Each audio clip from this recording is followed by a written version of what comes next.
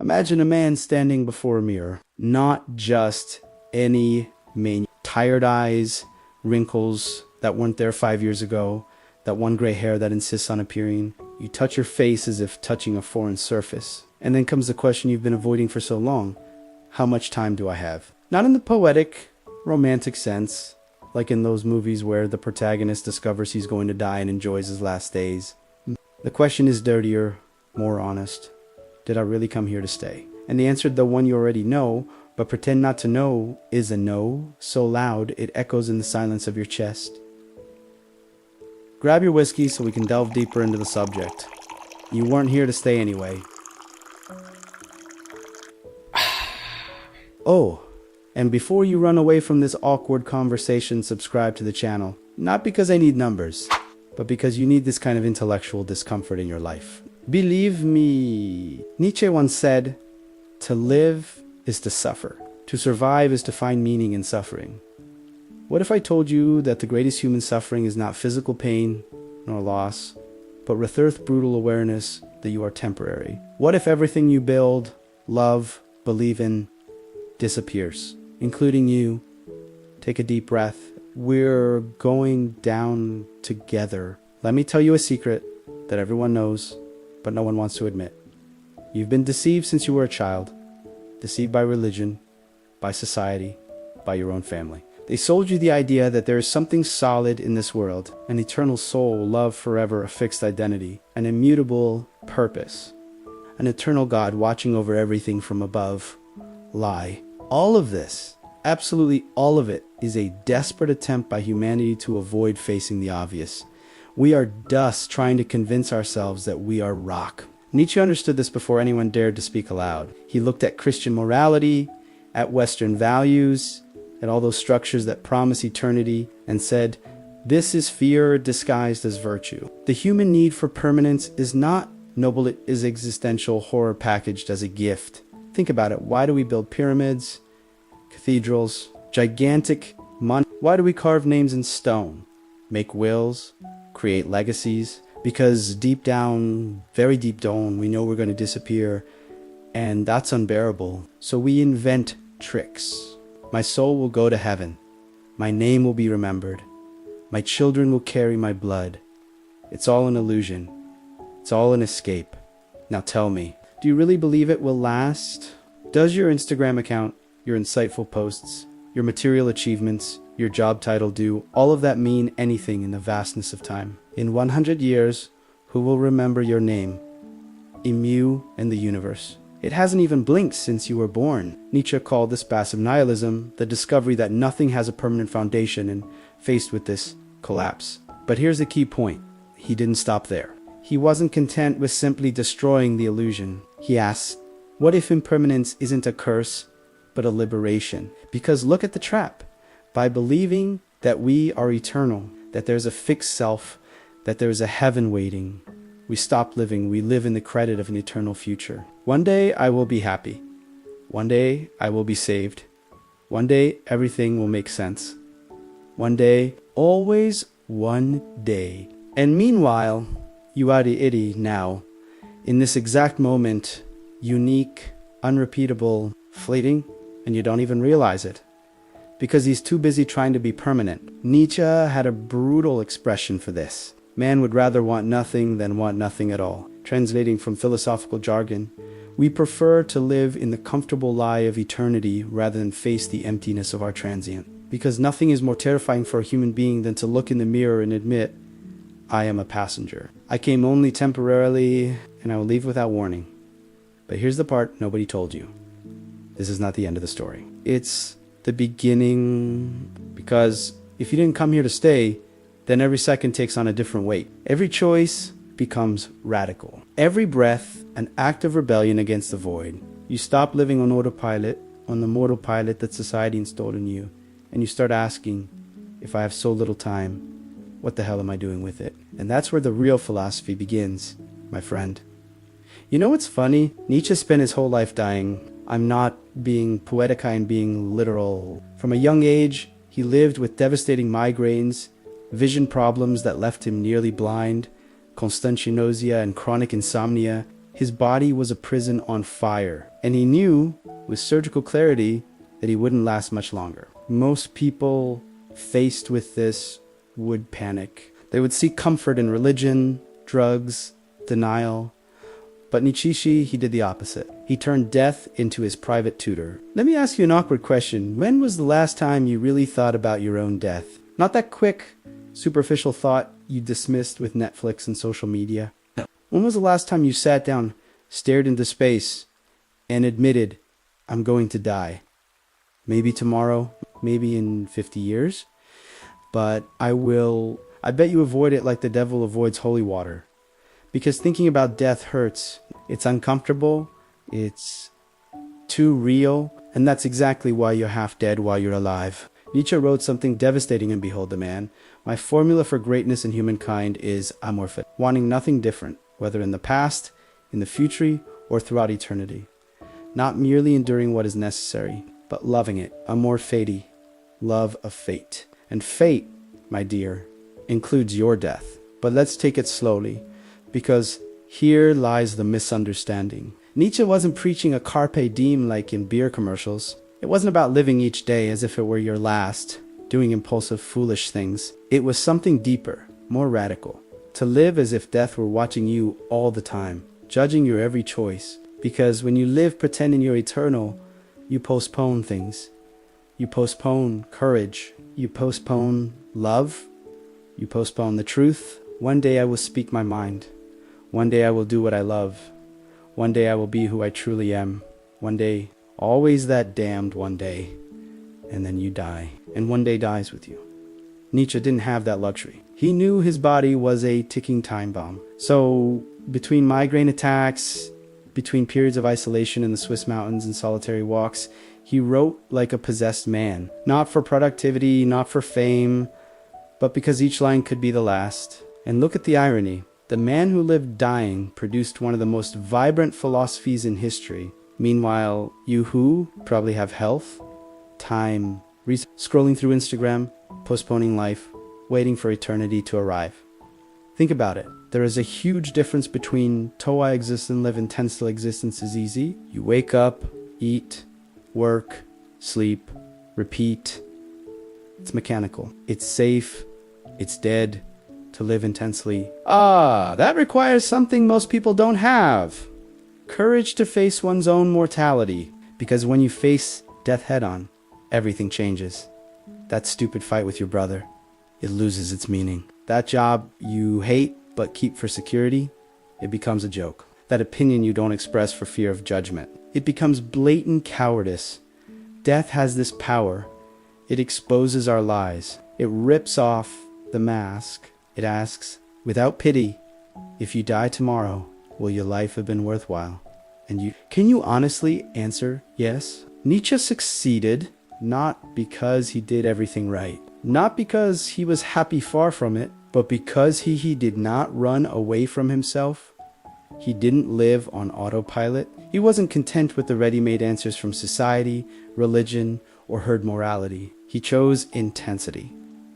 Even knowing it would be brief. Here's the secret no one tells you. Death is not your enemy. Mediocrity's death is inevitable. Living a lukewarm, cowardly, postponed life that's optional. And most people choose that. Why? Because of fear. Fear of making mistakes.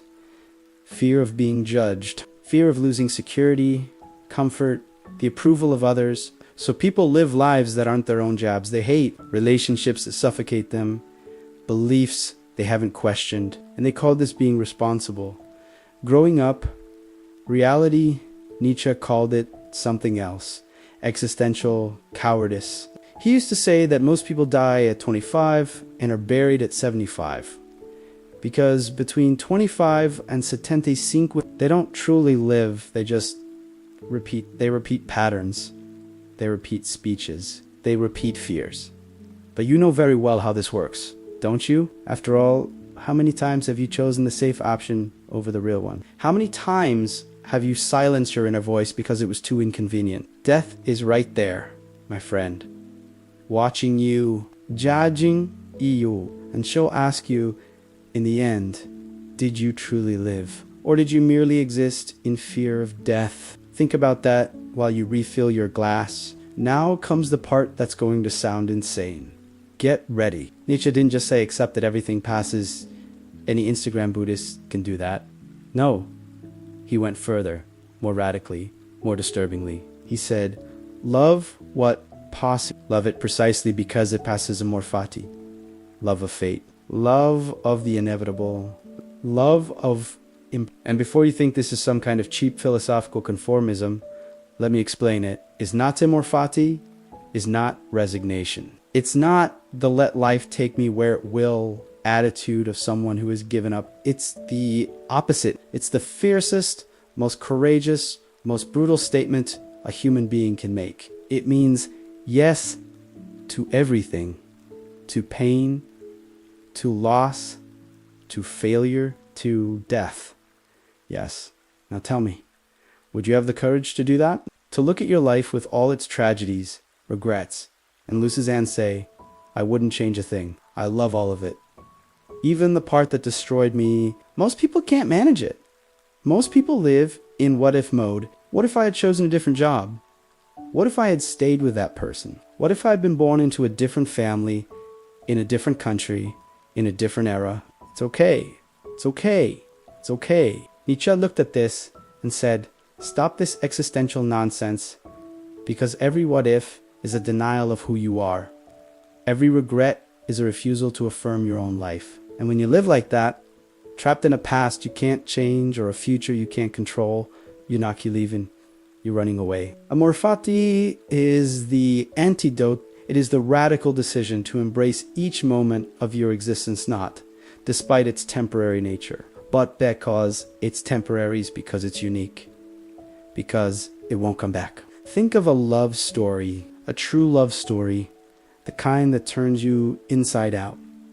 Why is it so intense? Because you know it's not eternal. You know that the person can leave, that you can leave, that everything can crumble at any second. And it is precisely this fragility, this impermanence, that makes every second precious. If love were eternal, guaranteed unchanging, would you value it? No. You would treat it with the same carelessness with which you treat the air you breathe, because it will always be there, right? Wrong.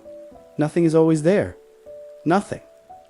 And here comes the modern irony that Nietzsche would have loved to destroy. We live in the age of disposability. Disposable relationships, disposable jobs, disposable identities. Everything is superficial, fast, ephemeral, but at the same time, no one can truly cope with him. You end a relationship and spend months stalking the person on social media. You lose your job and have an existential crisis. You get older and panic, buying creams, undergoing procedures, desperately trying to hold on to what cannot be held on to, because nothing says spiritual evolution like spending a fortune to look 10 years younger, right? The question is, we live in the ephemeral, but we do not affirm the ephemeral. We live in transience, but we fight against it every second. And this leaves us exhausted, neurotic, divided. Amor, Fati is the cure, but not the cure you expect. It's not that silly relief, that superficial, everything is fine.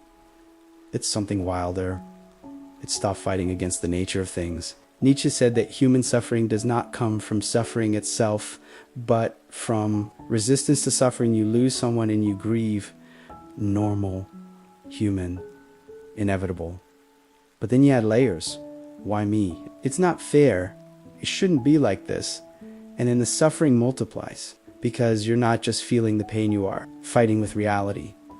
And guess who always loses this fight? You, Amor, Fati, is giving up this idiotic war. It's looking at the pain and saying, you're part of this too. It's looking at the loss and saying, thank you for what I had while it lasted. It's looking at death approaching and saying, I lived long enough for this to make sense. But look, I'm not romanticizing it. I'm not saying it's easy. Nietzsche never said it was easy. He said it was necessary because the alternative is to live like a resentful, beat your corpse trapped in what could have been. And some people choose this. They live entire decades in this state. Do you know someone like that? Of course you do. That uncle who still talks about his ex from 30 years ago. That person who can't get over being fired in 2015.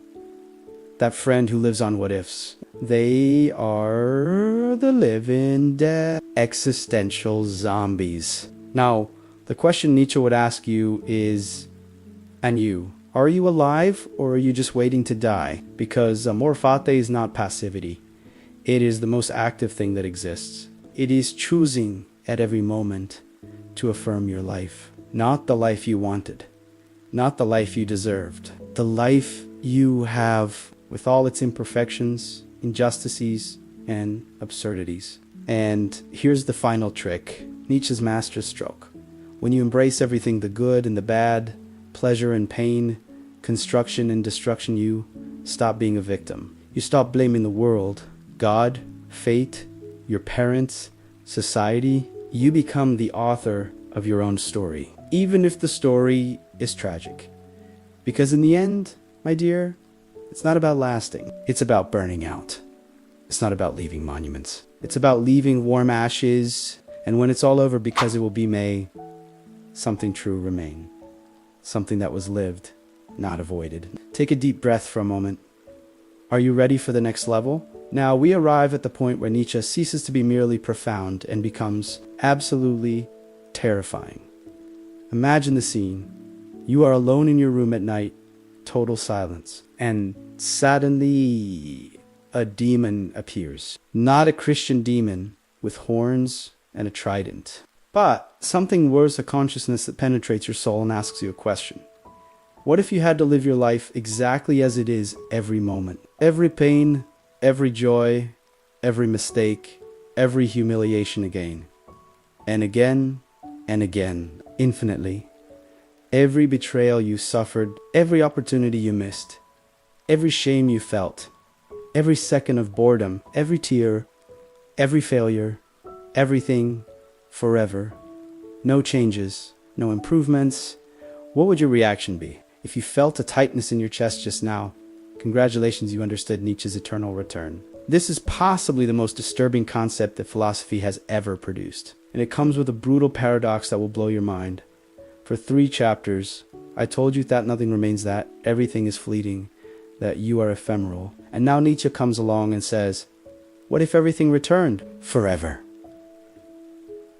Wait, what exactly? Welcome to Nietzsche's philosophical hell, where nothing remains, but everything returns, where you are temporary, but condemned to repeat your temporality infinitely. You might be thinking, this makes no sense at all. And you'd be right. Rationally, it's contradictory.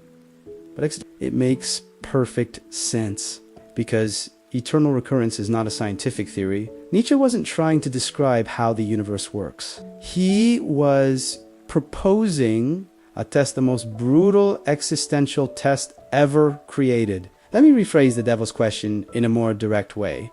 Are you living a life worth repeating forever? Now things are getting interesting, aren't they? Because if your answer is no, if the mere idea of reliving your life fills you with horror, then you have a serious problem. It means you're living wrong. It means you're betraying yourself. It means you're procrastinating, pretending, hiding. And here's the cope de grace, it's already repeating itself. Not forever, perhaps, but you wake up every day and make the same cowardly choices. You take the same job you hate. You swallow the same frustrations. You keep quiet about the same truths. You're stuck in a loop. And you call it adult life. Nietzsche looked at this and said, if you lived each day as if it were eternal, as if you had to repeat it infinitely, would you change anything? And the honest answer from most is, I would change everything. So why the hell don't you change? Because it's easier to live the lie that things will get better someday, that this is just a phase, that eventually I'll do what I really want. You postpone real life to a hypothetical future that never arrives. The eternal return destroys that lie. It forces you to confront it. The moment is all you have. And if that moment repeated itself forever, would you be at peace with that? Now, here comes the brilliant paradox.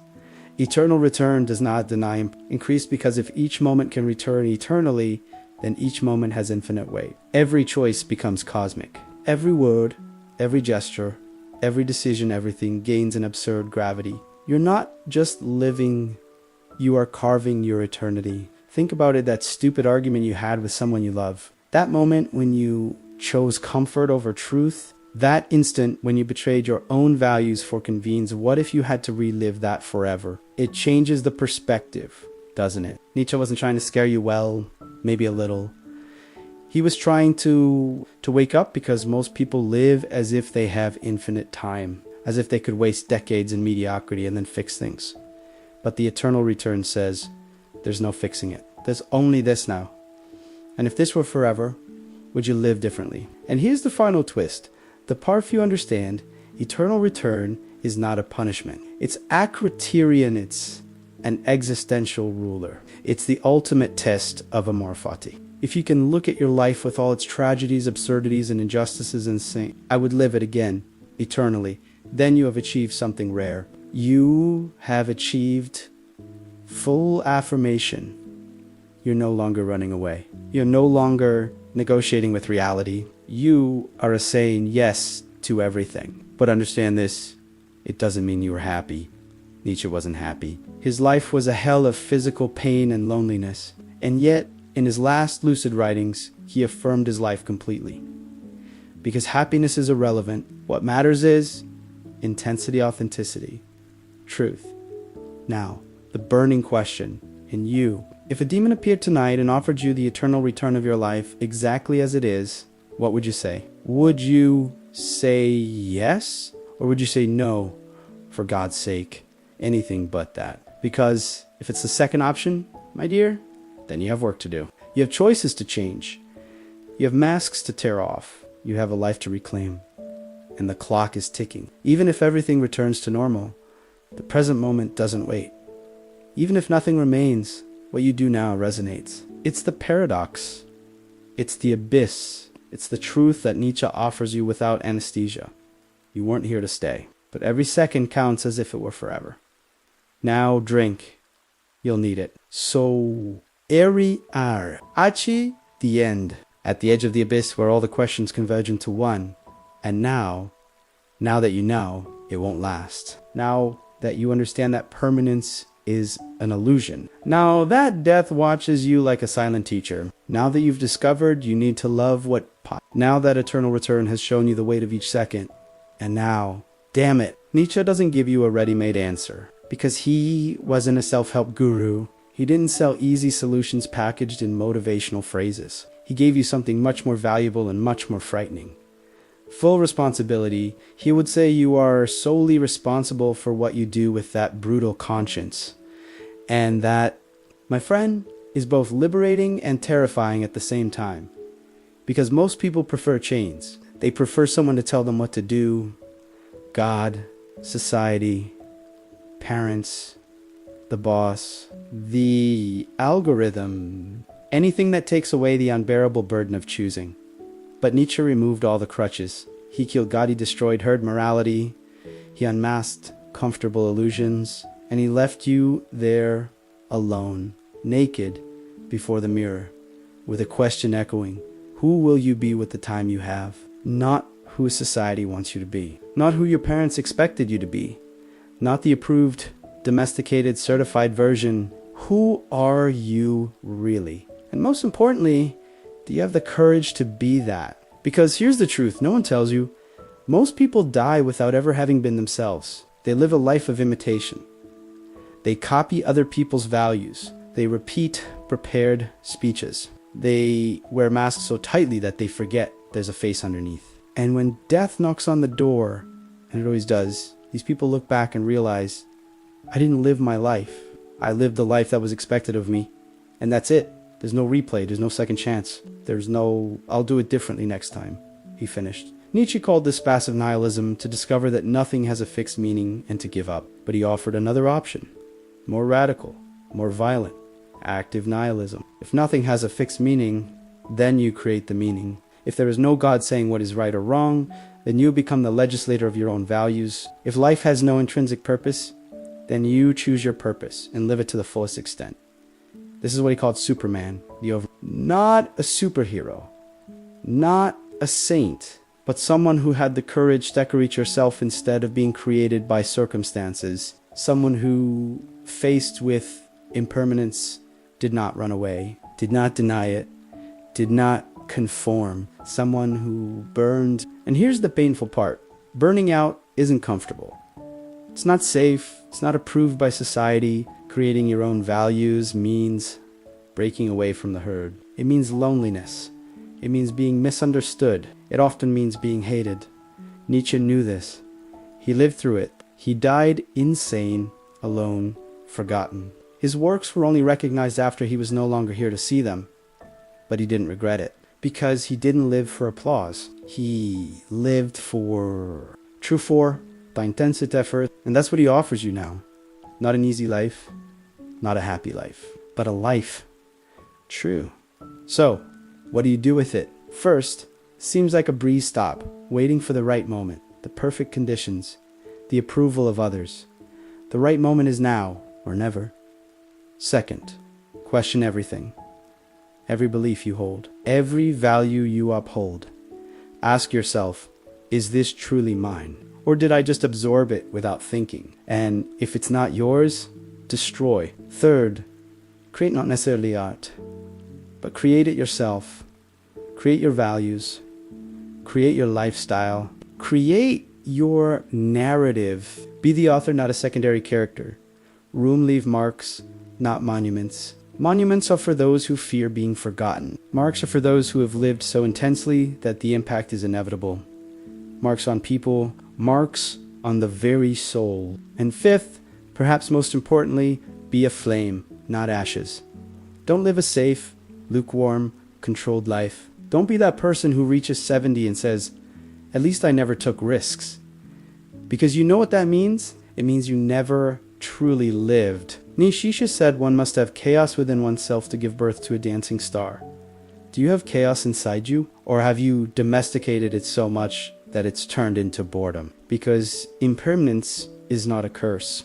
It's invitation to stop pretending, to stop saving your life for a future that may not exist, to stop hiding behind excuses. You didn't come here to stay. You came to burn, and when it's all over, when your body turns to dust, when your name is forgotten, when even the stars fade, what will remain? A simple question. Did I live? Number. Was I successful? Number. Was I loved? Number. Did I leave a legacy? Just, did I live? Nietzsche lived amidst pain, loneliness, physical and mental collapse. He lived with an intensity that still burns more than a century later. And you, are you truly living? Or are you just waiting for permission? Waiting for safety? Waiting for life to be less frightening? Because she won't be. Life is and always will be a leap in the dark. The only difference is between those who jump and those who remain paralyzed on the edge. Take one last deep breath. Look in the mirror and ask, if I were to die tomorrow, would it have been worth it? If the answer is no, my friend, then you know exactly what you need to do. Not tomorrow. Not next Monday. Not when the stars align. Now, because you didn't come to stay, you came to burn it all. And the match is in your hand. Empty whiskey. Fill your glass. The next abyss awaits you. Subscribe to the channel